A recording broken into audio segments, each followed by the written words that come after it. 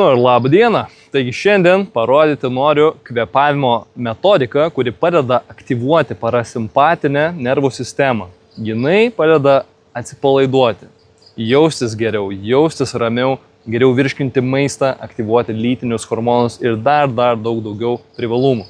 Kaip tą padaryti? Metodika labai paprasta. 4 maždaug sekundės įkvepiam per nosį, abi šnervės. Ir 8 sekundės per burną, tarsi kaip šiaudelį, iškvepiam lėtai.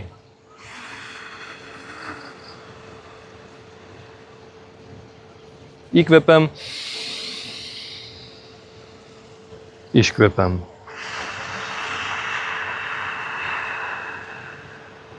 Na ir dar tiek, kiek jums reikia, kad atsipalaiduotume. Linkėjimai iš kalnų.